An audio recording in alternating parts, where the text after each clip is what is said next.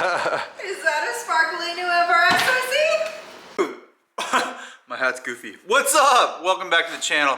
Hope everyone's having a great day. What we're gonna be doing today is, I've been wanting to do this for a long time. We're gonna be installing on my 2014 Scion FRS, of course, in Firestorm Red. It's for me. Black wheels, GR86 wheels.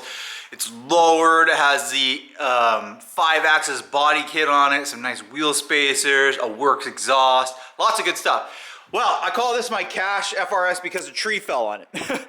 True story, tree fell on it. So there's a big dent here from when the tree fell on it. Boom. And when we bought it, it was actually still parked underneath the tree that we bought it from. It was able to drive and drive right off fine. It does need a clutch, but overall it was able to drive and we were able to get it home. I've been actually driving it and already put 10,000 miles on this thing and I love it. Couple things though. One, it's super dirty because I live in Washington. I don't know if you guys can tell. And then two, we need to really get rid of these taillights. So we're gonna be doing a wash today. The next video we're gonna be getting rid of these taillights. I'm gonna show you guys the ones that I chose, so probably I think that are the best. But on this video, once we wash it, we're gonna bring it into the garage and we're gonna yank off. I'm gonna show you bolt by bolt how to replace a fender on the Scion FRS. Currently, I do have the original little 8.6 badges right here. I got a replacement for that. I'm gonna show you the fender. Let's hop over right back in the garage. Love my garage. We have this right here. It's gonna be the same emblem, but I painted it black. I like it. We're gonna do it on the passenger side as well. And then here's the new fender that I got. This is an aftermarket fender, but it should be perfect fitment, and I got it painted in Firestorm Red to match, so it should be a pretty easy install. But my fiance, or my wife drives this a lot, and she really loves this car. But one of the things is there's this big dent here. There's a few other little dents on it from when the tree hit it. I might get them pulled, or I might just leave it. Next things after we do these two mods, or I don't know if a fender's a mod, kind of. We are definitely gonna put a clutch in and then maybe go for a little bit of force induction, whether a supercharger or turbo, most likely a turbo. But I still love this car and I think it's a great car, an amazing platform. I love that they're coming around like the $10,000 to $15,000 range because that's a perfect starter car. I think some of them are still a little expensive. I know like the GR86 and new ones are like 30 G's. I don't know if it's a $30,000 car. This is absolutely a $10,000 car. Like if you're wanting to get one of these for 10 grand, go buy it. Especially with the manual, perfect starter car.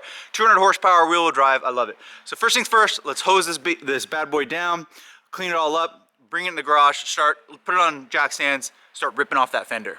Okay, I gotta get this thing fresh for you guys so that you're looking at a beautiful fresh FRS like all my cars. It is snowing. It was just snowing a whole bunch.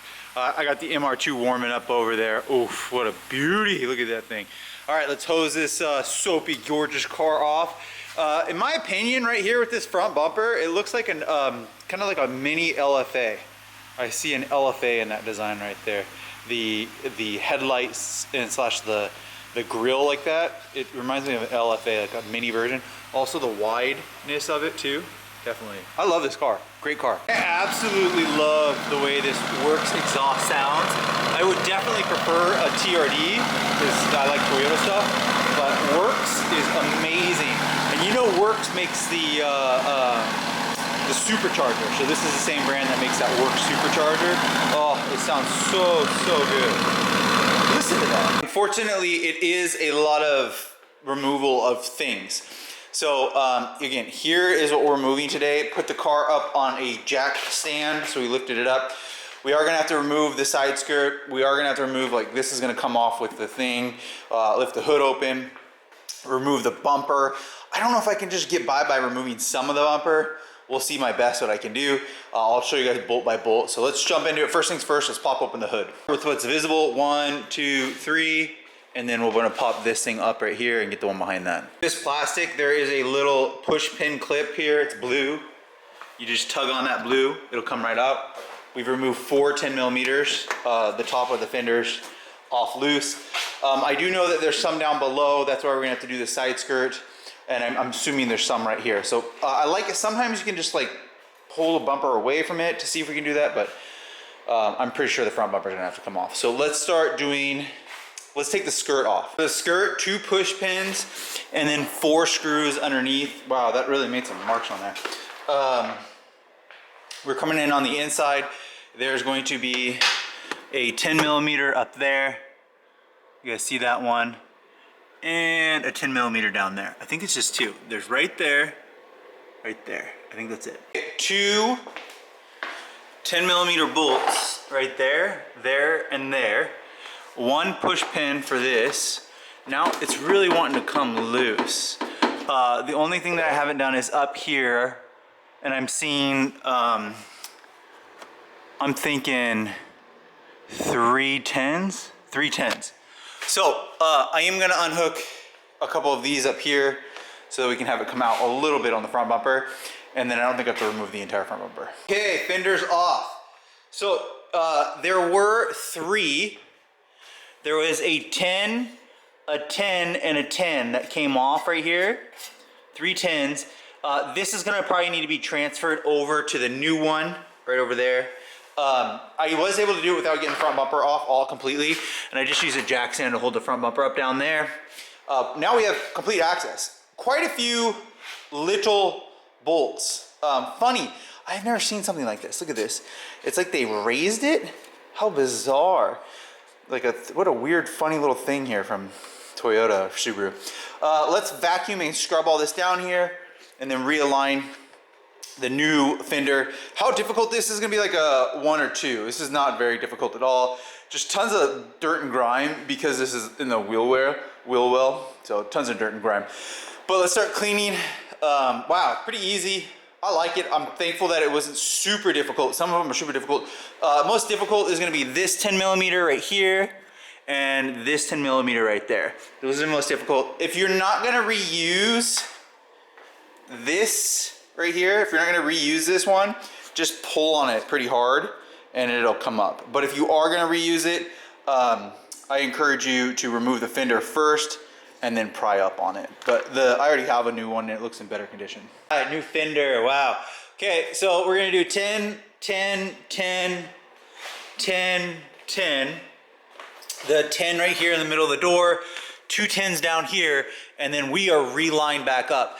I did re-put the plastic back in here with 2 10s. I didn't show you guys that, but you saw me taking it away. We do have a pretty good fitment right here. This is pretty spot on, and the door is pretty spot on too. That's a really good fitment. I'm very happy with that actually. So there is a big gap right here. Why is there this gap right here? This gap is because we need the new garnish. I'm gonna show you guys real quick. So on the garnish, it'll just click in. I am missing one of the little gray clips, which I'll just take off here. So let's look for a good one. So we'll just take, where's a complete, really good looking one? They're not all, none of them are actually that good. They all seem kind of broken. I think this is probably gonna be the best. This one or this one, we'll try this one. And we're gonna slide this, or one of these, let's try these, yeah, and put it back over here. And then we'll click it in. The real reason that actually holds this in is gonna be some 3M tape here. So I do have 3M tape, we're gonna pull that off and then tape that new one on. Okay, we're gonna get the before and after. You ready?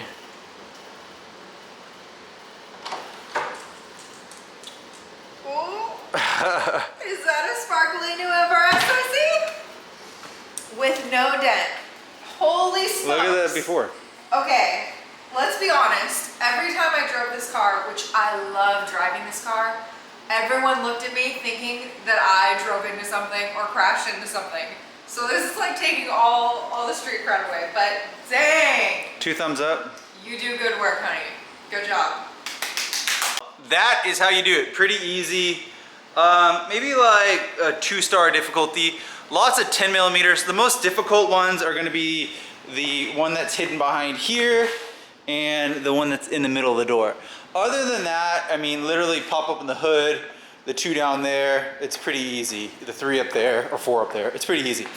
I do recommend getting new push pins, little clips to make sure you push this in, and this in, like there. And of course some tire shine to make it look nice. This is held in right here. I saw a hack on YouTube to hold these in with a zip tie.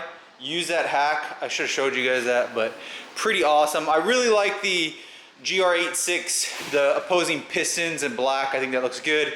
I'm not gonna do it in this video, but I will do it off camera because this one is not, as you guys can see. Huge difference. That actually makes a big difference. It really makes the car all black. I don't think there's no non-black besides the Toyota badge in the middle of the wheel, but other than that, it is all blacked out. So really happy with it. Make sure to like, subscribe. Hope you guys enjoyed this video. If you have questions or anything, comment down below. One thing that you should do before you get this is get a gear wrench. They should be like, how much are they? I don't know. Maybe like $6. Because those two, so this is like a little gear wrench. There's a gear inside of it. They're like $6. You should get a couple of them. I have a couple of them. Of course, in a 10, you should get a couple. Reason why is otherwise you're gonna have to go in there and like, this one you can just hook it on there and go, and it comes right off. Because it is, you can't get a wrench back there. A socket, it won't fit in there. It's too small. So do get a gear wrench. It'll make your life really easy, especially at 10 millimeters. Make sure to like, subscribe, swing by MyShare.com. Hope you guys enjoy this little before and after. I know I did. Really happy. Next up, we're going to be doing some tail lights, like I said, but 10 out of 10 video. See you guys in the next one.